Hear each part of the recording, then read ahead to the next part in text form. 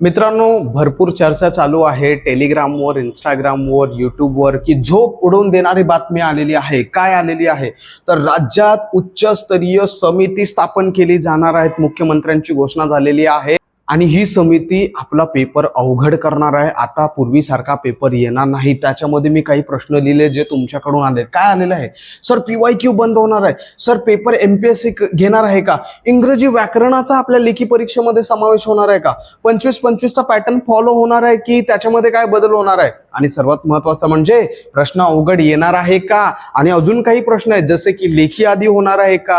अनेक प्रश्नांची उत्तरं आपण ह्या व्हिडिओच्या माध्यमातून देणार आहोत. लक्षात घ्या मित्रांनो, आपला जो टायटल आहे तो आहे लेखी परीक्षेत काही बदल होणार आहे का? काही बदल म्हणजे का? आता जी माननीय मुख्यमंत्र्यांनी हे एक घोषणा केलेली आहे की राज्यात एक उच्चस्तरीय समिती स्थापन केली जाणार आहे. त्यावरून हा तर्क निर्माण झालेला आहे. हे का झालेलं आहे तुम्हाला माहित आहे? जंतर मंतरचं प्रकरण, नीट पेपर फुटी, GPSC झारखंडचं पेपर फुटी आणि विविध मोठमोठे जे परीक्षा घेतले जातात त्यांचं पेपर फुटतंय. साधे साधे सरळ सेवा सोडून द्या, मोठमोठे पेपर फुटतायत. ओके, नीटचे पेपर फुटले, GPSCचं पेपर फुटलेलं आहे. त्यामुळे काय झालेलं आहे, अख्ख्या देशभरात आहे ना एक संताप व्यक्त केला जात आहे विद्यार्थ्यांकडून. कारण विद्यार्थी दिवस रात्र वर्षानुवर्ष त्याची मेहनत करतात आणि ऐन वेळेला कोणीतरी एक्स्ट्रा पैसे देऊन पेपर विकत घेतो किंवा पेपरचे प्रश्न लीक करतो आणि त्यामुळे जो खरोखर मेहनत घेतोय तो राहतोय बाजूला आणि ज्याने पैसे भरलेले आहेत फ्रॉडगिरी करून तो यशस्वी होतोय. तर अशा फ्रॉडला आळा घालण्यासाठी केंद्र सरकारने या संदर्भात एक लॉ तयार केलेला आहे आणि त्या केंद्राच्या धर्तीवर राज्य सरकार एक लॉ तयार करण्यासाठी उच्चस्तरीय समिती स्थापन करत आहेत. एवढंच त्याचा अर्थ आहे. आता या समिती स्थापन करण्यामुळे आपल्या जे हे प्रश्न आहेत किंवा आपली जी परीक्षा आहे त्याच्यामध्ये काय बदल होणार आहेत ते समजून घेऊ. मागे सुद्धा वरिष्ठ पोलीस अधिकाऱ्यांची एक मीटिंग झाली होती बघा, आणि त्या मीटिंगमध्ये ह्या प्रश्नांची ऑलरेडी चर्चा झालेली आहे आणि आपण याच्यावर सांगितलं होतं. पण तरी तुमचे जे डाऊट्स आहेत ते मी या व्हिडिओच्या माध्यमातून पण क्लिअर करून देतो. सर्वात पहिला प्रश्न आहे सर, PYQ बंद होणार आहेत का? बघा, ती जी मीटिंग झाली होती त्याच्यामध्ये विविध घटकाचे SP साहेब किंवा वरिष्ठ अधिकारी तिकडे आले होते आणि त्यांना आपली मतं नोंदवण्यासाठी सांगण्यात आलं होतं. कारण ती मीटिंग त्या संदर्भात होती की बाबा 10-10 वर्ष आपण पेपर घेतोय, प्रत्येक 10-10 वर्षानंतर पेपर पॅटर्नमध्ये थोडासा बदल करायचा असतो. कारण रिन्यू करावं लागतंय ना. नेहमी जर तोच कल्चर चालला तर मग कसं होणार? ओके, तर त्यामध्ये पहिलं असं होतं की PYQ बंद केलं पाहिजे. तर बघा मित्रांनो, तुम्ही कितीही काही करा, PYQ बंद होऊ शकत नाही. कारण ही परीक्षा आतापासूनची नाहीये. ही परीक्षा खूप काळापासूनची आहे. म्हणजे मी जरी ऐकलंय त्यापासून तर 2001 पासून ह्या परीक्षांचं आहे आणि यापूर्वी जर असेल तर ते असणारच. आलं लक्षात? 2001 पासून ते आता 26 वर्ष झालेले आहेत मित्रांनो. PYQ मध्ये बदल करून काय बदल करणार आहेत? प्रश्नांच्या बाबतीत काय बदल होऊ शकतो? अभ्यास तर तोच आहे, अभ्यासक्रम पण तोच आहे.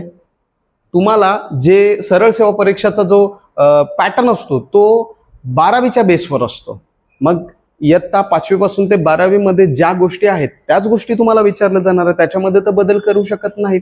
किंवा असं नाही बाबा त्याला प्रश्न अवघड विचारायचं म्हणून कुठला तरी उचल आणि काहीतरी टाक, असं तर नाही करणार. हा, एखाद दुसरा तो अपवाद मानू शकतो. कळलं? 100 प्रश्नांचा जर पेपर असेल तर त्याच्यामध्ये 5 असे प्रश्न असू शकतात की ते काहीच्या काहीच विचारलेले आहेत. उदाहरणार्थ लास्ट टाइम बघा, कुतुब मिनारची टोटल उंची विचारली होती. आता आपण अभ्यास करताना असं टोटल उंची कधी काउंट केलंय का किंवा ती लक्षात ठेवलंय का? गरजच नाही ना. असे कितीतरी इमारती आहेत. ओके, भव्य इमारती अशा भरपूर आहेत. मग त्याचं सगळ्यांचं आपण काउंट करून ठेवणार का? नाही. मग ते प्रश्न अपवादात्मक आहे. ओके, मग आता PYQ बंद होणार आहेत का? तर बघा मित्रांनो, आतापर्यंत आपण पाहत होते की नुसतं तुम्ही 5 ते 7 वर्षाचं PYQ करा. किती? 5 ते 7 वर्षाचा PYQ करा, तुम्ही सहजच 70+ मार्क घेत होतात. आतापर्यंतचा इतिहास आहे की तुम्ही 5 ते 7 वर्षाचा एकूण एक प्रश्न पाठांतर करा, तुम्ही 70+ मार्क लेखीमध्ये घेत होतात. कारण रिपिटेशन भरपूर होते. आता जर पेपर पॅटर्न मध्ये बदल व्हायचं असेल म्हटलं तर PYQ पूर्णतः बंद होऊ शकत नाही. मी पुन्हा सांगतोय काय होणार आहे ते सांगतो. जिथे तुम्हाला 70 स्कोर येत होता किंवा 70% रिपिटेशन होते ते आता 70% रिपिटेशन नसणार आहे. जास्तीत जास्त 30 ते 50% रिपिटेशन असू शकते. म्हणजे इथे पूर्ण PYQ बंद होणार नाही. 30 ते 50% PYQ जसेच्या तसे रिपिटेशन होण्याची शक्यता आहे, जर बदल झाला तर, नाही तो जैसे थे. आलं लक्षात? सो आतापर्यंत तुम्हाला कोणी सांगितलं हे PYQ बंद होणार आहे, तू हा अभ्यास कर, असा अभ्यास कर, तसा अभ्यास कर. भरपूर लोक सांगतात, सांगणारे सांगतात, आपण फक्त ऐकत राहायचं आणि इथून सोडत राहायचं. ठीक आहे. मग अशा प्रकारे तुम्ही लक्ष ठेवायचंय की PYQ जर बंद झाले तर पूर्ण बंद न होता 30 ते 50% राहणारच आहे. म्हणून तुम्हाला PYQ चा अभ्यास करायचाच आहे. असं नाही की PYQ बंद होतोय मी प्रश्नसंच नको घेऊ का. नाही, प्रश्नसंच घ्या ना, अभ्यास करा बिंदास. आलं का लक्षात? चला, दुसरा प्रश्न काय, पेपर MPSC घेणार आहे का? याचं उत्तर आहे नो. मित्रांनो बघा, तलाठीची जी पोस्ट आहे ती MPSC कडे वर्ग करण्यात आली. त्यावरून असे तर्क आले की पोलीस भरती देखील MPSC कडे वर्ग केले जाणार आहेत, इतर सरळ सेवा परीक्षा देखील MPSC कडे वर्ग केले जाणार आहेत. तर मित्रांनो असं होणार नाही. शिक्षक भरती आहे, दारूबंदी आहे, वनरक्षक आहे, यांना TCS कडे देण्यात आलेले आहे. TCS त्याची परीक्षा घेणार आहे. परंतु आपलं पोलीस भरती झालं हे जिल्हा निवड समितीकडे दिलेलं आहे. जो रिक्रूट बोर्ड असतो, पोलीस रिक्रूट बोर्ड असतो, त्याच्याकडे दिलेलं आहे आणि तेच ही परीक्षा घेणार आहेत. तर MPSC कडे वर्ग केले जाणार नाही. ओके. नेक्स्ट आहे इंग्लिश ग्रामर त्याच्यामध्ये ऍड होणार आहे का? बऱ्याच लोकांचा आता हा मोठा कन्फ्युजन झालेला आहे. का तर लास्टच्या मीटिंगमध्ये काही ऑफिसर्सने असं तर्क दिलं की आपण त्या पेपरमध्ये जर बदल करायचा असेल तर इंग्लिश ऍड करू, कारण आता जमाना थोडासा ऍडव्हान्स होतोय, आपले पोलीस पण ऍडव्हान्स झाले पाहिजे. या उद्देशाने हा तर्क, हा मत त्या मीटिंगमध्ये मांडण्यात आला. परंतु लक्षात ठेवा, हे मत आहे, हे एका अधिकाऱ्याने आपलं मत मांडलेलं आहे. असं तर कुठे केलं नाही ना की नाही बाबा तुम्ही जे मत मांडलं ते फिक्सच झालं, असं नाही. कारण खूप सारी मतं आलीत त्याच्यामध्ये. ओके. सो अजून तरी ऑफिशियल इंग्लिश ऍड होणार नाही. ओके. आणि तसं काय होणार असेल तर मी तुम्हाला सांगेन, पण शक्यतो तर मी तुम्हाला सांगतो 99% जे शक्यता आहे ती इंग्लिश ऍड होणार नाही. 1% सांगता येत नाही. ठीक आहे. नेक्स्ट आहे 25-25चा पॅटर्न असणार आहे का? आतापर्यंत आपल्या अभ्यासक्रमामध्ये त्यांनी 25-25चा पॅटर्न सांगितलेला आहे. त्याच्यामध्ये ते बदल करतात. का बदल करतात? रिक्रूट बोर्डचं ते डिसिजन असतं, त्याच्यामध्ये कोणी हस्तक्षेप करत. 2च पॅटर्न आहेत. काय आहे? एक आहे जीकेचा पॅटर्न, ज्याच्यामध्ये मराठी सुद्धा आलं आणि करंट सुद्धा आलं. ओके.